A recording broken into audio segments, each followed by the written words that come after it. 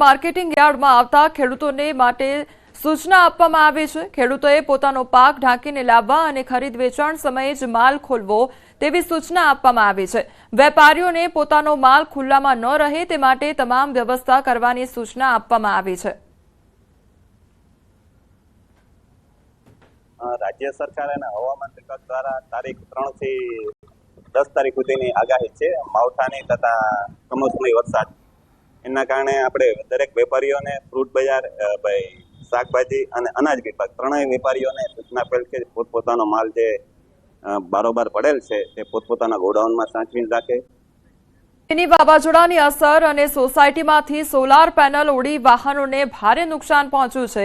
તો મિની વાવાઝોડાના કારણે અભિનવ સોસાયટીમાં સોલાર પેનલો ઉડી અને હનીપાક રોડ અભિનવ સોસાયટીમાંથી સોલાર પેનલો ઉડીને મુક્તાનંદ સોસાયટીમાં નીચે રહેલી ગાડી ઉપર પડી તો વાહનોને નુકસાન થયું છે અને પાણીની ટાંકીમાં લોખંડનો રોડ ઘૂસી ગયો તો સદનસીબે કોઈ જાનહાનિ સર્જાઈ નથી।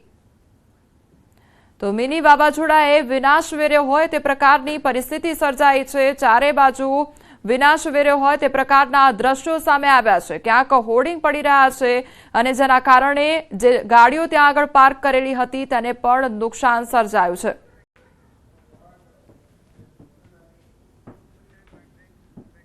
કમોસમી વરસાદે અને મિની વાવાઝોડાએ ભારે વિનાશ વેર્યો છે। ભારે પવન સાથે ખાબકેલા વરસાદને કારણે રોડ પર તોતિંગ હોર્ડિંગ તૂટી પડ્યું હતું।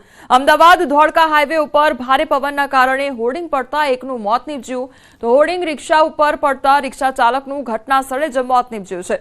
અન્ય 3 થી વધુ લોકો હોર્ડિંગ તૂટવાના કારણે ઇજાગ્રસ્ત થયા હોવાની ઘટના પણ બની છે।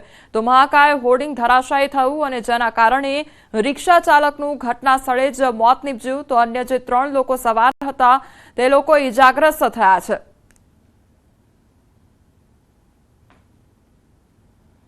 ગઈકાલે સાંજે વાતાવરણમાં એકાએક પલટો આવ્યો હતો અને તેના કારણે આંધી તુફાન જેવો માહોલ જે છે તે સમગ્ર અમદાવાદ પંથકની અંદર જોવા મળ્યો હતો, જેના કારણે વંટોળ થવાના કારણે વિવિધ સ્થળોએ જે પોસ્ટર બેનરો લગાવ્યા હતા તે મૂળ સમૂતા ઉખડી ચૂક્યા હતા। આપ જે દ્રશ્ય જોઈ રહ્યા છો તે ધોળકા સરખેજ તરફ જવાના દ્રશ્યો જે છે કે જોવા મળી રહ્યા છે કે જ્યાં તોતિંગ બેનર જે છે તે આ બ્રિજ ઉપર લગાવવામાં આવ્યું હતું અને બ્રિજની ઉપર લગાવેલું જે બેનર જે છે તે કેલોપ્સ થયું છે। અત્યારે હાલ તમે જોઈ રહ્યા છો આ મોટું તોતિંગ બેનર જે છે તે કેલોપ્સ થવાના કારણે રિક્ષા જે છે તે દબાઈ હતી અને રિક્ષા દબાવવાના કારણે એક વ્યક્તિનું મોત જે છે તે પણ થયું હતું। મહત્વનું સાથે તે છે કે રિક્ષાની અંદર અન્ય લોકો જે સવાર હતા તેમને પણ ઈજા જે છે તે પહોંચી છે। તાત્કાલિક તેમને સારવાર અર્થે લઈ જવાની નોબત જે છે તે આવી હતી।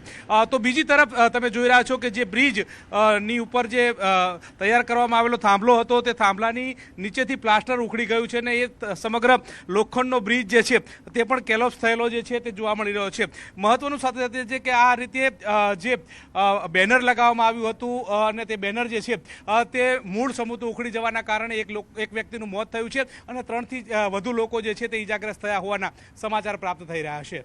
કેમેરામેન પંકજ મકવાણા સાથે ગૌતમ શ્રીમાળી, ન્યૂઝ 18 ગુજરાતી। ડાંગ જિલ્લામાં સતત બીજા દિવસે કમોસમી વરસાદ ખાબક્યો છે। કરા સાથે કમોસમી વરસાદ વરસતા ખેડૂતોની ચિંતામાં વધારો થયો છે।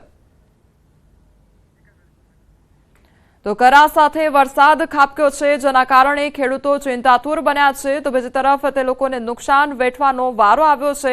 ડાંગમાં કરા સાથે વરસાદ ખાબક્યો છે અને વરસાદી માહોલ જામ્યો છે તો બીજી તરફ જે સામાન્ય લોકો છે તેમને ગરમીમાંથી આંશિક રાહત પ્રાપ્ત થઈ છે પરંતુ ખેડૂતોને રાતા પાણીએ રોવાનો વારો આવ્યો છે કારણ કે કરા સાથે વરસાદ ખાબકતા તે લોકોના પાકને નુકસાન વેઠવાનો વારો આવ્યો છે।